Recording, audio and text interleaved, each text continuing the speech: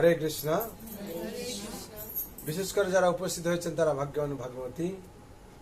এই সংসার হচ্ছে, আমরা শুনলাম কি, দুঃখালয় মশ্বাসতম, ভগবান স্বয়ং বলেছেন। আর তার থেকে মুক্তি পাওয়ার জন্য আমাদের কি করতে হবে? দুঃখ থেকে উদ্ধার পাওয়ার জন্য আমাদের কি করতে হবে? না, ভগবান চরণে আত্মসমর্পণ করতে হবে। তার জন্য আমরা শ্লোক শুনলাম, তমেব শরণং গচ্ছ সর্বভাবেন ভারত তৎপ্রসাদত পরা শান্তি স্থানং পশ্যসি শাশ্বতম তাহার চরণে লো সর্বত শরণ প্রসাদ হইবে সর্ব বাঞ্ছিত পূরণ। পরা শান্তি পাবে আর শাশ্বত যে স্থান, সর্বলাভ সে প্রসাদে দুঃখ নিবারণ। সর্বলাভ সে প্রসাদে দুঃখ নিবারণ। আমরা এই সংসারে যে জীবন যাপন করছি, দুঃখালে মশ্বাসতম, হ্যাঁ, অষ্টম অধ্যায় 15 নম্বর শ্লোকে ভগবান বলছেন। আর এই সংসার থেকে, এই দুঃখ থেকে লাঘব পাওয়ার জন্য আমাদের কি করতে হবে? না, ভগবান চরণে শরণ নিতে হবে। ভগবান 18 অধ্যায় 62 নম্বর শ্লোকে বলছেন, যতক্ষণ ওনার চরণে আমরা শরণ না নিচ্ছি ততক্ষণ কি হবে? আমরা শান্তি পাবো না। আর শান্তি পাওয়ার জন্য আমাদের কি করতে হবে? না, ভগবানের উপরে আমাদের বিশ্বাস রাখতে হবে। তার জন্য বলা, শ্রদ্ধা শব্দে বিশ্বাস কয় দৃঢ় নিশ্চয়, কৃষ্ণ ভক্তি করলে সর্বকর্মকৃত হয়। শ্রদ্ধা শব্দে বিশ্বাস করে সুদৃঢ় নিশ্চয়, কৃষ্ণ ভক্তি করলে সর্বকর্মকৃত হয়। যতক্ষণ আমরা ভগবানের ভক্তি না করছি আমাদের সর্বকর্মকৃত হবে না। আর সে ভক্তি করার জন্য কি করতে? আমাদের শ্রদ্ধা রাখতে হবে। হ্যাঁ, যতক্ষণ শ্রদ্ধা না আসছে আমরা সৎসঙ্গে আসতে পারবো না। তার জন্য এখানে ভক্তির যে স্তরগুলো বলা হচ্ছে, প্রথমে কি হবে? না, আমাদের শ্রদ্ধা উৎপন্ন হবে। যখন শ্রদ্ধা আসবে তখন আমরা সাধু সঙ্গে আসতে পারবো। যতক্ষণ শ্রদ্ধা না আসছে ভগবানের প্রতি, আমাদের ভক্তি শ্রদ্ধা না আসছে, ততক্ষণ আমরা সৎসঙ্গে আসতে পারবো না। কারণ সবাই আসতে পারছেন, আপনারা আসছেন কেন? শ্রদ্ধা আছে ভগবানের উপর। তারপর কি? শ্রদ্ধা আসবে, তারপর কি হবে? না, সৎসঙ্গে, সাধু সঙ্গে, তারপর সাধু সঙ্গে আসতে পারবো, তারপরে সাধু সঙ্গে আসতে পারবো। ঠিক আছে? তারপর কি? ভজন ক্রিয়া হবে। এই যে আপনারা ভজন কীর্তন করলেন, এই ভজন ক্রিয়ার মাধ্যমে দিয়ে কি হবে? আমরা যখন সাধু সঙ্গে আসবো আমাদের কি হবে? ভজন ক্রিয়া শুরু হয়ে যাবে। আমরা কীর্তন জানি না, ভগবান নাম কীর্তন জানি, কিন্তু এই সাধু সঙ্গের মাধ্যমে দিয়ে কি হবে? না, আমাদের কীর্তন জানতে পারবো, ভগবানের নাম জানতে পারবো, ভগবান কে জানতে পারবো।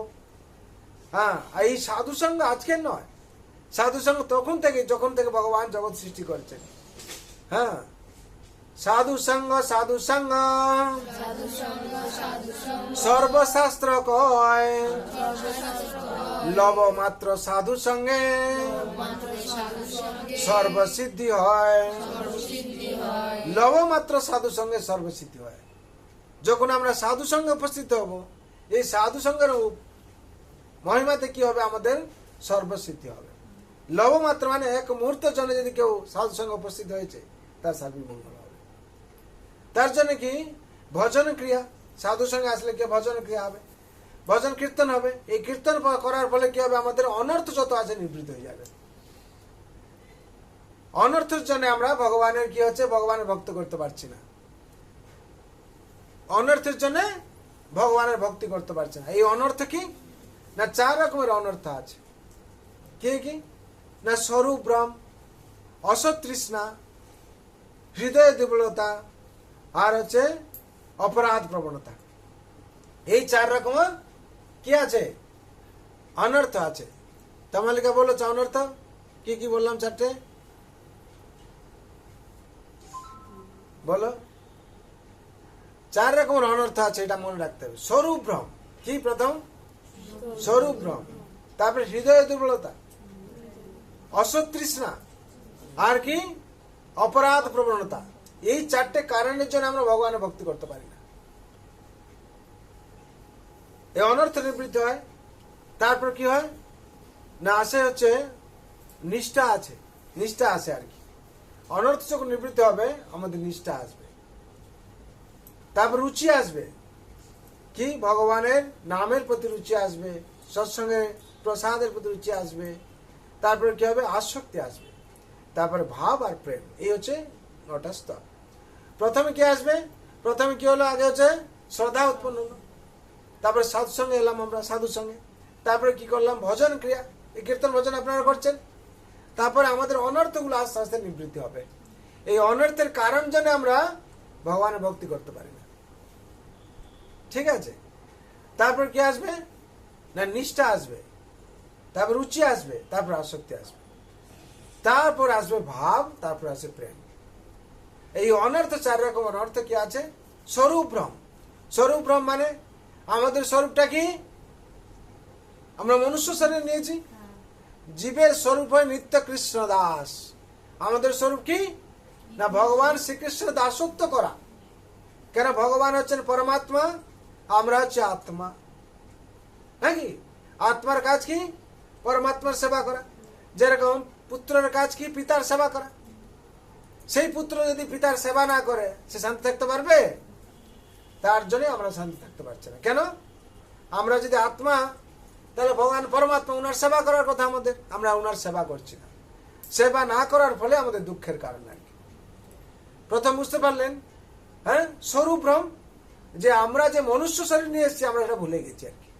আমরা পশুর মতন জীবন যাপন করছি, যা পারছি তা খাচ্ছি, যেরকম পারছি সেরকম থাকছি, আর ভগবানের নাম গুণগান কীর্তন কিছু করছি না। তার জন্য স্বরূপ ভ্রম, ভুলে গেছি আমরা যে আমি যে এসেছিলাম, ভগবানকে কথা দিয়ে এসেছিলাম ভগবান জন্ম নিয়ে আপনার ভজনা করব, সেটা আমরা ভুলে গেছি। এই স্বরূপ ভ্রম হয়ে যাওয়ার জন্য আমাদের দুঃখের কারণ। আর দ্বিতীয়টা কি? অসৎ তৃষ্ণা। অসৎ তৃষ্ণা মানে, অসৎ মানে জড় জগৎকে বলা হচ্ছে অসৎ। আমরা জড় জগৎটাকে ভোগ করতে চাইছি, হ্যাঁ, কি না মাছ খাবো, মাংস খাবো, হ্যাঁ, বিলাসিতাতে থাকবো, যত পারি ভোগ করবো, কিন্তু আমরা তার জন্য আসেনি। অসৎ তৃষ্ণা, এই করতে করতে করতে কি এইটা নয় ওটা, এটা নয় ওটা, এই করতে করতে লোভ থেকে কি হয়? লোভ থেকে কি হয়? পাপ। পাপ থেকে কি হয়? মৃত্যু হয়। এই লোভের মধ্যে পড়ে যাচ্ছি, হ্যাঁ, অসৎ তৃষ্ণা তাকে বলা হয়। এই কারণে কি আমাদের হৃদয়ের দুর্বলতা হয়ে যায়। আমরা পাপ করতে করতে এরকম স্টেজে চলে যাই, সবসময় ভয় থাকে মনে, মানে এই এসে পুলিশ ধরবে আমাকে, এই মনে আমাকে এখন অ্যারেস্ট করে নিয়ে চলে যাবে। সবসময় মনের মধ্যে কি থাকে না ভয় থাকে। আর এই ভয়ের কারণটা হৃদয় দুর্বল হয়ে যায়, তখন কি হয়? অপরাধ প্রবণতা হয়ে যায়, অপরাধ করে ফেলি আমরা। সাধু গুরু বৈষ্ণব প্রতি কি হয়? অপরাধ হয়ে যায়। এই অপরাধ ফলে কি হয় না আমাদের পতন হয়ে যায়। আমরা মনুষ্য জীবন থেকে কি হয় না আমরা পশু জীবন, যেরকম কর্ম করি সেরকম জীবন আমাদের প্রাপ্ত হয়ে যায়। তার বোঝা গেল কি কারণে আমরা হচ্ছে ভগবানের ভক্তি করতে পারছি না। কি কারণে? 4টা অনর্থ বললাম আমরা, 4টা অনর্থ বলা হলো। তো এই অনর্থের জন্য আমরা ভগবানের ভক্তি করতে পারছি না। প্রথম অনর্থটা কি? স্বরূপ ভ্রম। স্বরূপ ভ্রম মানে আমরা যে মানুষ, সেই জিনিসটা আমরা ভুলে গেছি। যে দুর্লভ মনুষ্য জন্ম আমরা পেয়েছি, হ্যাঁ, দুর্লভ মনুষ্য জন্ম দেহি না ক্ষণ ভঙ্গুর তত্রপি দুর্লভ মানে বৈকুণ্ঠ প্রিয় দর্শন। এই দুর্লভ মনুষ্য জন্ম পেয়েছি তখন দুর্লভ হবে যখন আমরা ভগবানের আর ভগবানের ভক্ত তাদের সেবা করব। এই জীবনকে যখন আমরা সেই ভগবানের সেবায় নিয়োজিত করব তখন দুর্লভ হবে মনুষ্য। যতক্ষণ না করছি আমাদের জীবন দুর্লভ হবে না। স্বরূপ ভ্রমের জন্য আমরা ভগবান ভক্ত করতে পারছি না। আমরা যেদিন মনে করবো আমরা মানুষ বলে, তখন আমরা ভগবানের সেবা করতে পারবো। একজন পশু ভগবান সেবা করছে? করছে না। কেন? ওর মধ্যে চেতনা নেই। মানুষের মধ্যে চেতনা আছে। চেতনা থাকতে থাকতে সে পশুর মতন ব্যবহার আচার করে, তো আমরা ভুলে গেছে নিজেকে সে। হ্যাঁ, আর অসৎ তৃষ্ণার কথা বললাম, সবসময় জড় জগতে, হ্যাঁ, এইটা খাবো, এইটা করবো, সেইটা করবো, এই করতে করতে জীবনকে কি করছে? ভগবান সে ভুলে গেছে। এই করতে করতে কি হচ্ছে? লোভ হচ্ছে, লোভ থেকে কি হচ্ছে? পাপ হচ্ছে, আর পাপ থেকে কি হচ্ছে? মৃত্যু হচ্ছে। আর থার্ড হচ্ছে কি? হৃদয় দুর্বলতা। এই করতে করতে কি হচ্ছে? নিজের মধ্যে আর শক্তি নেই। কি শক্তি নেই না? করেজ নেই, যে সাহস, দুর্বলতা নিজেকে সম্ভব। কেন? এত পাপ করেছে, সে পাপে ডুবে আছে। আর ডুবে থাকার ফলে তার মনের মধ্যে সবসময় ভয় আর কি। আর মনের মধ্যে যদি ভয় থাকে সে ভগবান ভক্তি করবে কি? হ্যাঁ, মনে করছে আমি এই পাপ করেছি, আমাকে ভগবান ছাড়বেন না, ভগবান ভক্তি করবো না। ঠিক আছে, ভয় আছে মনে। আর হৃদয়ের দুর্বলতার পর কিছু অপরাধ প্রবণতা হয়ে যাচ্ছে, অপরাধ এত করছে সে পাপে ডুবে থাকছে। এই চার কারণের জন্য সে ভগবানের ভক্তি করতে পারছে না। এটা অনর্থ আছে। এই অনর্থ থেকে আমাদের বাঁচার জন্য কি করতে হবে? হরিনাম বেশি করে করতে হবে, ভগবানের সেবা করতে হবে। তার জন্য সংসারে যারা বুদ্ধিমান ব্যক্তি তারা কি করে না, সাধু সঙ্গে এসে ভজন কীর্তন করে। ভজন কীর্তন করার ফলে হ্যাঁ তাদের কি হয়, এই অনর্থগুলো আস্তে আস্তে আস্তে কি হয়, চলে যায় আর কি।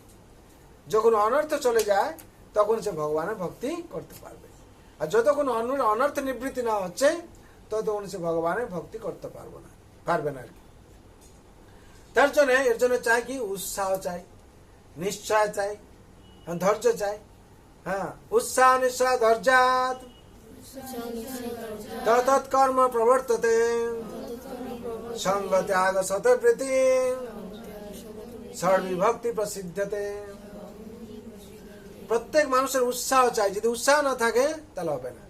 এই চারটে দরকার কি, ছটা দরকার কি? উৎসাহ, নিশ্চয়, ধৈর্য দরকার।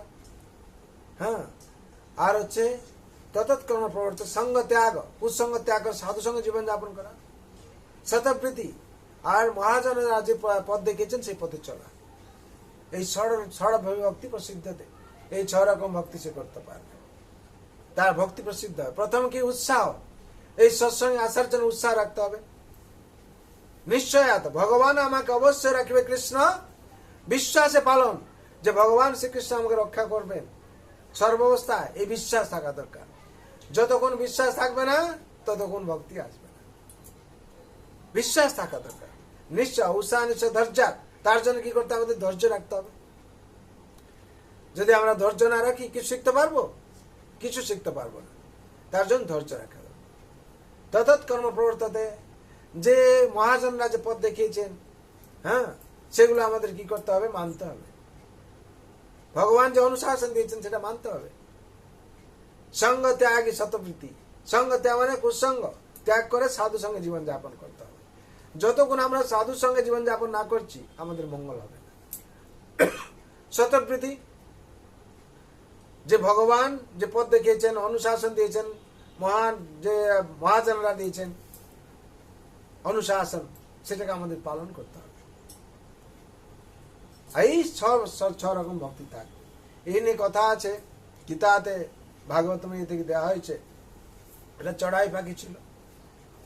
সে চড়াই পাখি কি করছিল না, প্রত্যেক দিন উৎসাহ রাখছিল কি, তার ডিম পেড়েছিল সমুদ্র ধারে। সেই ডিমকে কি করেছিল না, সমুদ্র জল কি করেছে তার গর্ভে নিয়ে গেছিল। তার মনে দুঃখ হয়েছিল, তখন সে দুঃখ কার কাছে প্রকাশ করবে? সমুদ্রকে বলে আমার ডিম ফিরিয়ে দাও, না তোমার জল শুকিয়ে দেবো। তখন সমুদ্র বলছে তোমার এত শক্তি, তুমি জল শুকিয়ে দেবে? কিন্তু তার উৎসাহ সহকার কি করছিল, প্রত্যেকদিন জল নিয়ে ডাঙায় ফেলছিল আর কি, একটু একটু প্রত্যেকদিন তার এই কর্ম করে যাচ্ছিল আর কি, উৎসাহ সহকারে। আর ধৈর্যও ছিল, প্রত্যেকদিন ফেলছিল। এই কথা গিয়ে পক্ষীরাজকে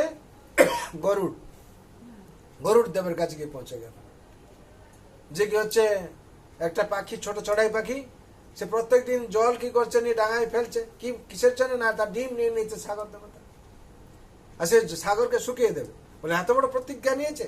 বলে হ্যাঁ, এত বড় প্রতিজ্ঞা নিয়েছে। তখন গরুড় দেবে আসলেন কি করার, দেখার জন্য আর কি, সত্যি কি মিথ্যে। তখন দেখছেন কি চড়াই পাখি কি করছে, জল নিয়ে ডাঙায় ফেলছে।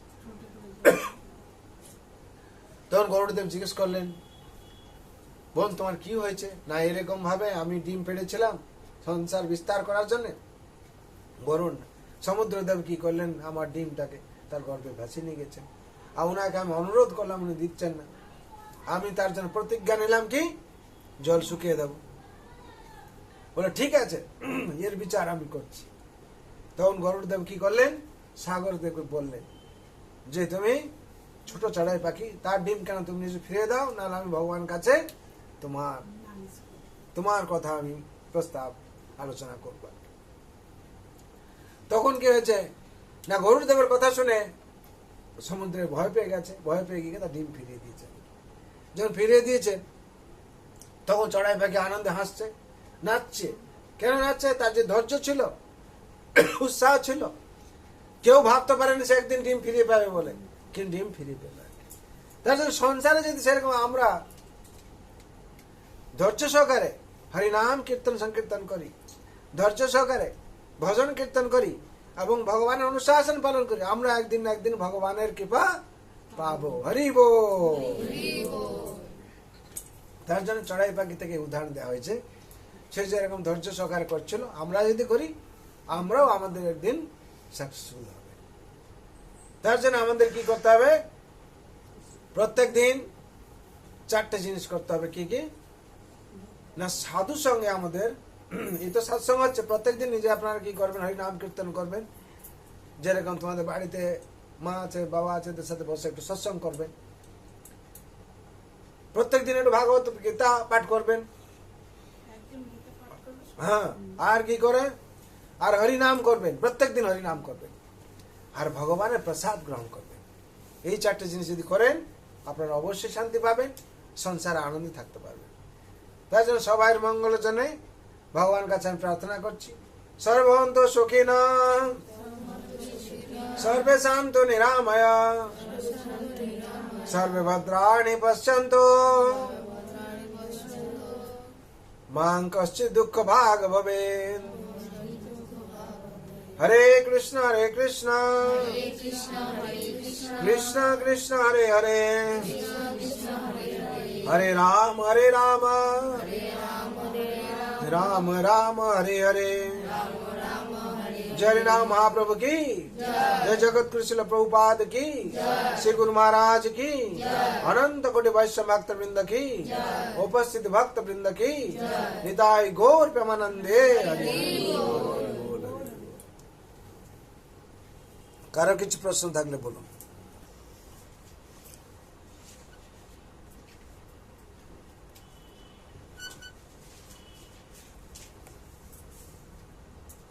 সংখ্যার বর্ণনা করা আছে।